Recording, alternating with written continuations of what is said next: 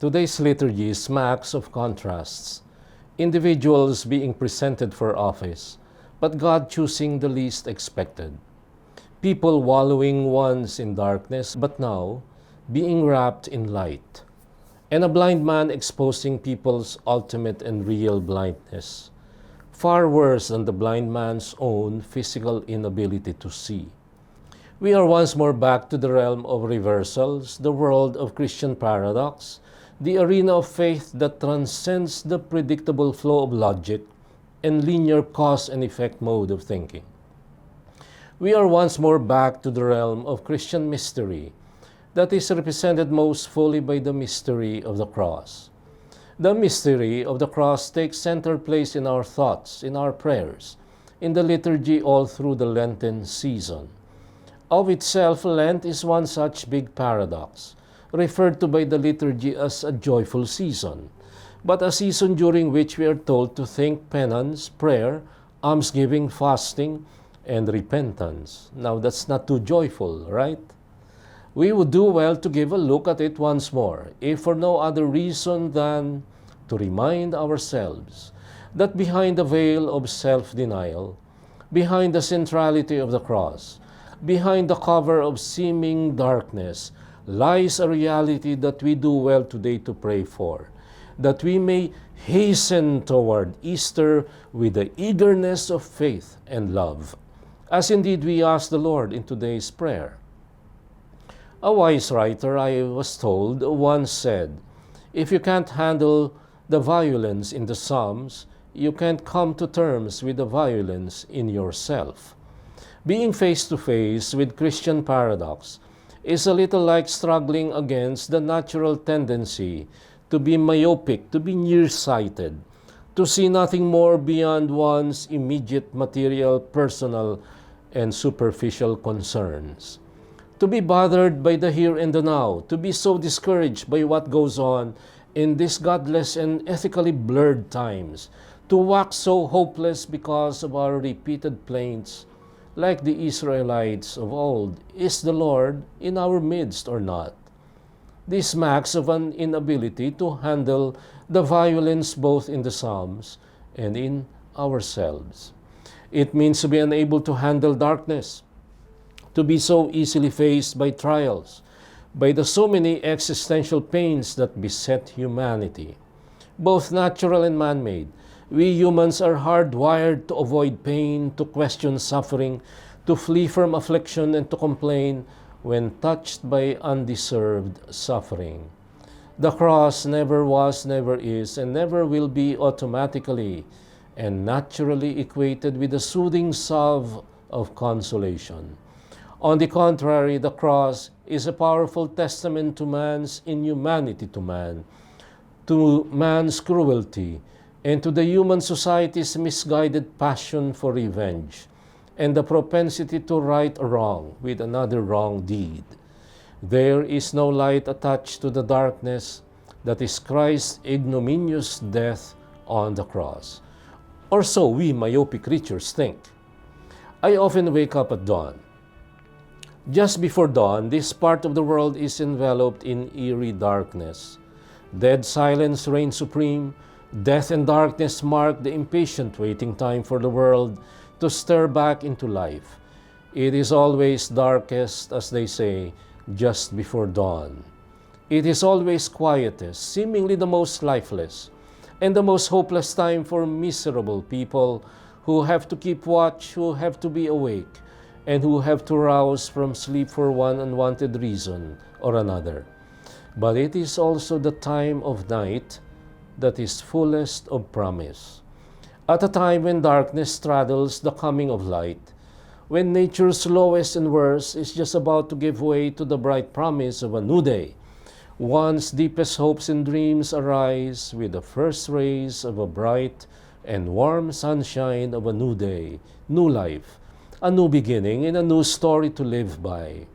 Ironically but true, it is only when one embraces the darkness, when one soaks in the temporary uncertainty, when one, in the words of the poet Rilke, embraces the very questions themselves, that one opens oneself to the possibility of enjoying to the full the meaning behind the pain, the darkness, and the seemingly endless waiting.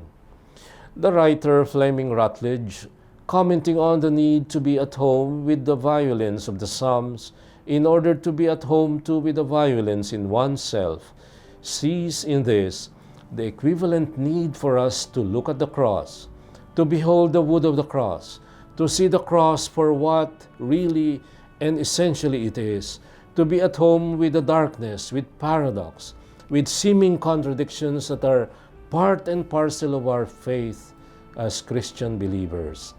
If we cannot look at the cross, Rutledge writes, we cannot look at ourselves either. And if we cannot look at ourselves, I might venture to add, we cannot see the promise that is locked into our creaturehood, a hope that is plugged into our very personhood, created in God's image and likeness. Hope does not thrive well in the hearts of people who have everything under control, for whom everything is predictable, for whom life is an unbroken series of logical steps that follow the linear law of cause and effect. In such a world of unbending laws, there is no room for mystery, for ambivalence, and therefore no room for God, who has come to reveal himself in and through his Son become man like us. He showed us the height of paradox when salvation was wrought through his passion and death on the cross. Salvation was effected because the God-man, Jesus Christ, stared at darkness, suffering, and pain, and the cross in the face. In the first reading, we see no rhyme nor reason in the choice that fell on David. 7 older sons were presented. Culturally, the 8th would have been illogical, absurd, unheard of. But the choice of God fell on the insignificant 8th son, a number that stands outside the symbolic, meaningful 7. For not as man sees does God see, because man sees the appearance, but the Lord looks into the heart. In Paul writing to the Ephesians, we see someone who, like Christ, is Master and Lord, also looked at the cross and saw meaning both for himself and for others. You were once darkness, but now you are light in the Lord.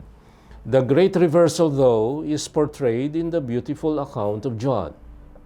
A man born blind, not expected to be able to shed any light, nevertheless became the most sought-after informant about the one who brought light to his darkness.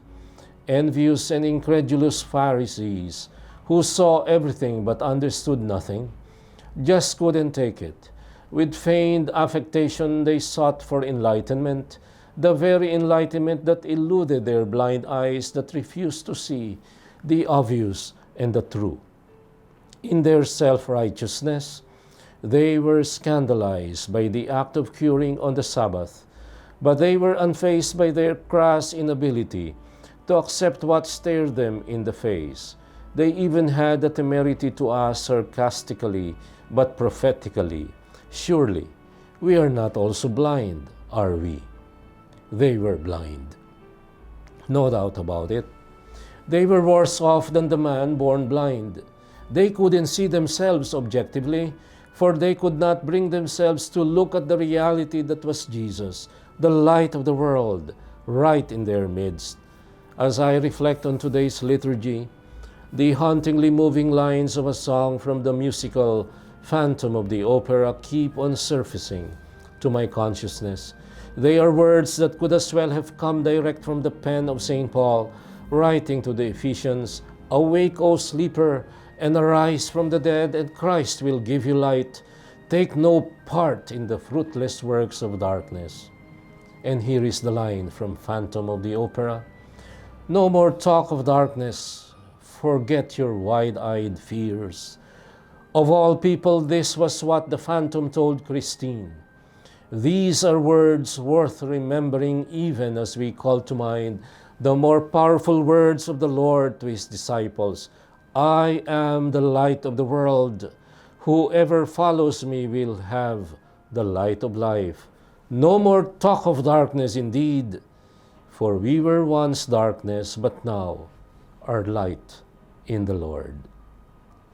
And this, my dear friends, is your Kalakbay at Katoto once again in this fourth Sunday of Lent, wishing you a blessed and pleasant week. God bless you all.